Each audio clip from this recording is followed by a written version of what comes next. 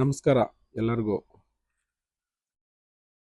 ಆತ್ಮೀಯರೇ, ನಿಮ್ಗೆ ಗೊತ್ತಿರೋ ಹಾಗೆ ಕಳೆದ 3 ದಿನಗಳಿಂದ ಪಾಶ್ಚಾತ್ಯ ರಾಷ್ಟ್ರಗಳಲ್ಲಿ ದೊಡ್ಡ ಹೋರಾಟವೇ ನಡೀತಾ ಇದೆ.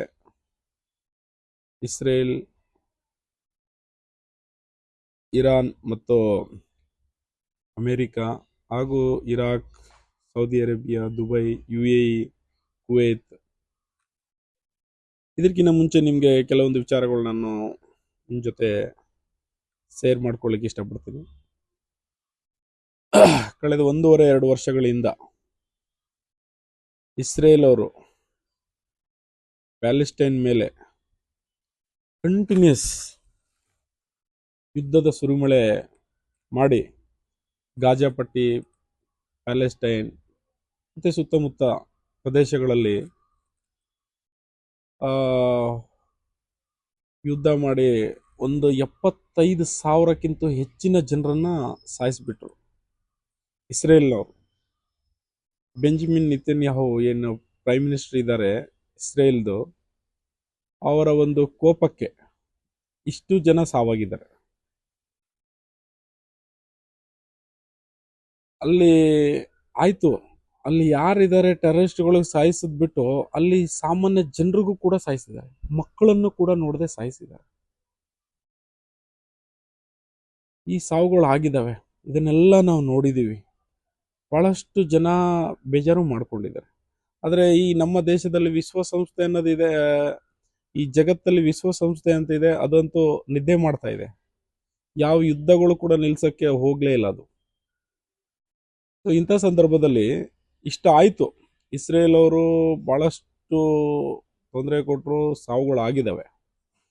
ಮತ್ತೆ ಅಲ್ಲಿ ರಷ್ಯಾ ಮತ್ತು ಯುಕ್ರೇನ್ ಮಧ್ಯನೂ ಕೂಡ ಪ್ಯಾರಲಲ್ ಆಗಿ ಅಲ್ಲೂ ಕೂಡ ಜಗಳ ನಡೀತಾ ಇತ್ತು.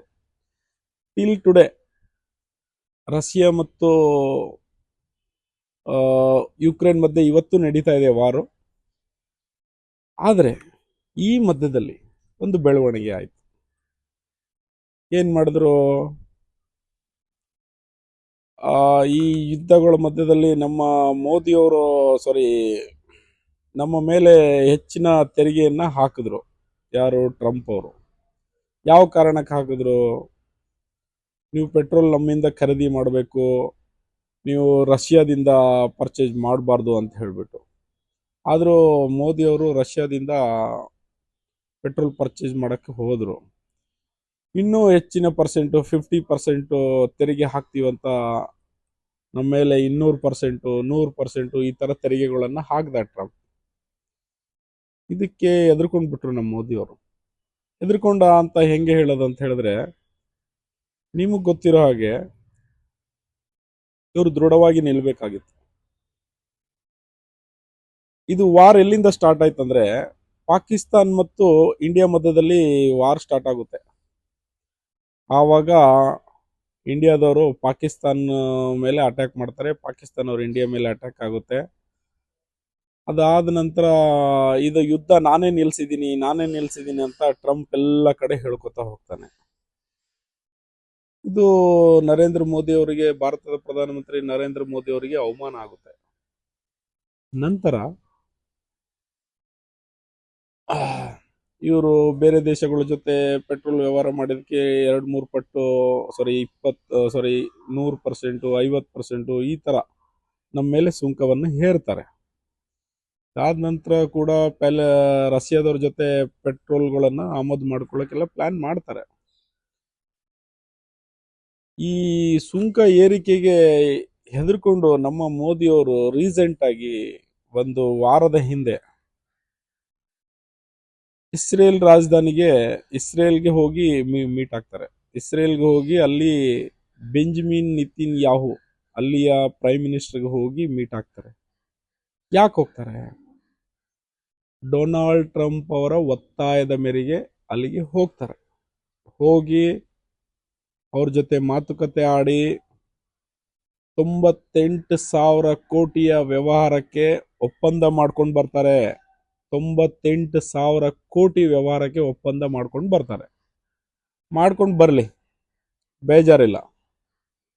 ಆದರೆ ಬೇಜಾರಾಗಿದ್ದೇನಪ್ಪ ಅಂತ ಹೇಳಿದ್ರೆ, ನಮ್ಮ ದೇಶದ ಪ್ರಧಾನಮಂತ್ರಿ ನರೇಂದ್ರ ಮೋದಿ ಅವರು ಆ ದೇಶದ ಸಂಸತ್ತಲ್ಲಿ ಹೋಗಿ ಮಾತಾಡಬೇಕಾದಾಗ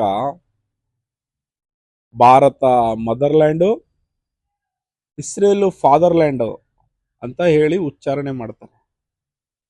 ಫಾದರ್ಲ್ಯಾಂಡ್ ಹೇಗಾಗುತ್ತೆ ಇಸ್ರೇಲು? ಭಾರತದ ಫಾದರ್ಲ್ಯಾಂಡ್ ಇಸ್ರೇಲ್ ಆಗುತ್ತಾ? ನೋಡಿ, ಭೌಗೋಳಿಕವಾಗಿ ಹೇಳೋದಾದ್ರೆ ಇಸ್ರೇಲು ನಮ್ಮ ಕರ್ನಾಟಕದಷ್ಟು ಕೂಡ ಇಲ್ಲ. ಅಷ್ಟು ಚಿಕ್ಕ ದೇಶ ಅದು. ಅದು ಪವರ್ಫುಲ್ ಇದೆ, ವೆಪನ್ಗಳಲ್ಲಿ ಪವರ್ಫುಲ್ ಇದೆ, ಫೈನಾನ್ಸ್ ಅಲ್ಲಿ ಪವರ್ಫುಲ್ ಇದೆ, ಆಮೇಲೆ ಕೃಷಿಯಲ್ಲಿ ಪವರ್ಫುಲ್ ಇದೆ. ಇವತ್ತು ಎಲ್ಲಾ ಬ್ಯಾಂಕ್ಗಳನ್ನು ಕಂಟ್ರೋಲ್ ಮಾಡ್ತಾ ಇದೆ. ಆದ್ರೆ ಅದು ನಮ್ಮ ಭೌಗೋಳಿಕವಾಗಿ ಕರ್ನಾಟಕಕ್ಕಿಂತ ಚಿಕ್ಕದದು. ಆ ದೇಶದವರಿಗೆ ನೆಲೆನೇ ಇರಲಿಲ್ಲ, ಎಲ್ಲ ಬಿಟ್ಟು ಬೇರೆ ಬೇರೆ ಕಡೆ ಹೋಗಿದ್ರು. ತದನಂತರ ಇತ್ತೀಚೆಗೆ ಒಂದು 30-40 ಇಯರ್ಸ್ ಬ್ಯಾಕ್ ಅವರುಗಳು ಒಂದು ಸ್ಪೇಸ್ ಅನ್ನು ಮಾಡಿಕೊಂಡು ಅಲ್ಲಿ ಉಳ್ಕೊಂಡಿದ್ದಾರೆ. ಅಂತ ದೇಶ ನಮ್ಮ ಭಾರತಕ್ಕೆ ಫಾದರ್ಲ್ಯಾಂಡ್ ಹೇಗಾಗುತ್ತೆ? ನೀವೆಲ್ಲ ಒಪ್ಕೊಂತೀರಾ? ಫಾದರ್ಲ್ಯಾಂಡ್ ಅಂತ ನೀವೆಲ್ಲ ಒಪ್ಕೊಂತೀರಾ? ಭಾರತದ ಫಾದರ್ಲ್ಯಾಂಡ್ ಇಸ್ರೇಲ್ ಆಗಕ್ ಸಾಧ್ಯನಾ? ಇಸ್ರೇಲ್ ಅಂತ ರಾಜ್ಯಗಳು ನಮ್ಮ ದೇಶದಲ್ಲಿ ಕನಿಷ್ಠ 30-32 ರಾಜ್ಯಗಳಿದಾವೆ. ಅಷ್ಟು ದೊಡ್ಡ ಭಾರತ. ಭಾರತಕ್ಕೆ ಒಂದು ದೊಡ್ಡ ಇತಿಹಾಸ ಇದೆ. ಫಾದರ್ಲ್ಯಾಂಡ್ ಅಂದ್ರೆ ಏನ್ ಅರ್ಥ? ಪೂರ್ವಜರ ನಾಡು, ಪೂರ್ವಜರ ದೇಶ, ಪೂರ್ವಜರ ಒಂದು ತಾಯಿ ನಾಡು ಅಂತ ಹೇಳ್ತೀವಿ. ಅದು ಇಸ್ರೇಲ್ ನಮ್ಮ ಪೂರ್ವಜರ ದೇಶ ಹೇಗಾಗುತ್ತೆ? ನಮ್ಮ ನರೇಂದ್ರ ಮೋದಿ ಅವರಿಗೆ ಯಾಕೋ ಏಜ್ ಆಗ್ತಾ ಇದ್ದಂಗೆ ಅವರಿಗೆ ಒಂದು ಜ್ಞಾನ ಕಡಿಮೆ ಆಗ್ತಾ ಇದ್ದಂಗಿದೆ. ನಮ್ಮ ದೇಶದ ಇವತ್ತು ವಿಶ್ವದಲ್ಲೆಲ್ಲ ನಮ್ಮ ದೇಶದ ಮಾನ ಮರ್ಯಾದೆ ಹರಾಜು ಮಾಡಿದ್ದಾರೆ. ಇನ್ನು ಅವ್ರಿಗೆ ಬಗ್ಗಿ ಮೊಳಕಾಲ್ ಮಂಡಿ ಊರು ಕೂತಿದ್ದೀರಾ ನೀವು? ಡೊನಾಲ್ಡ್ ಟ್ರಂಪ್ಗೆ ಎದುರ್ಕೊಂಡು ಅಲ್ಲಿ ಹೋಗಿ ಮೊಳಕಾಲ್ ಊರಿ ಅವರಿಗೆ 98,000 ಕೋಟಿ ಬಿಸ್ನೆಸ್ ಮಾಡಿ ಬಂದಿದ್ದೀರಾ ನೀವು? ಆಯ್ತು, ಅಲ್ಲಿ ಬಂದು ಆತರ ಹೇಳಿ ಬಂದು 2 ದಿನಕ್ಕೆ ಇಸ್ರೇಲ್ ಮತ್ತು ಅಮೆರಿಕ ಸೇರಿ ಇರಾನ್ ಮೇಲೆ ಅಟ್ಯಾಕ್ ಮಾಡಿದ್ದಾರೆ. ಅಲ್ಲಿಯ ಸರ್ವೋನ್ನತ ನಾಯಕ ಅಯಾತುಲ್ಲಾ ಖಮೇನಿ ಅವರಿಗೆ ಸಾಯಿಸಿದ್ದಾರೆ.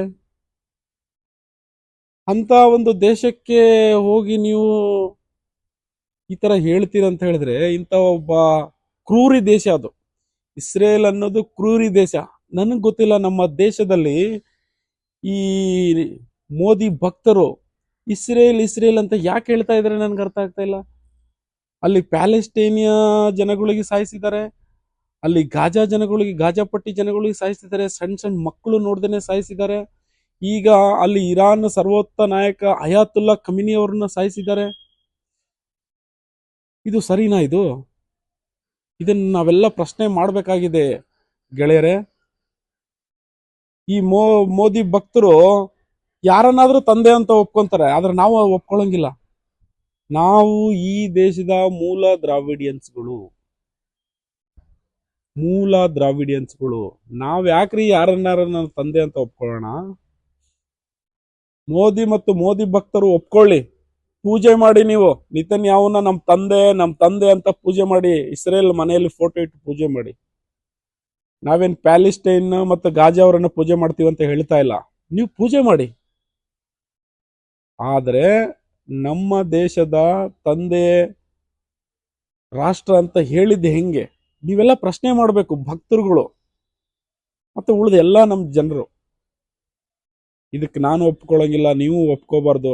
ಯಾಕೆ ಅಂತ ಹೇಳಿದ್ರೆ, ಈ ಇಸ್ರೇಲ್ ಒಂದು ಕ್ರೂರಿ ರಾಷ್ಟ್ರದ ಪ್ರಧಾನಮಂತ್ರಿ ಆದಂತ ಬೆಂಜಮಿನ್ ನೆತನ್ಯಾಹು ಬಹಳ ದೊಡ್ಡ ಡೇಂಜರ್ ಪರ್ಸನ್.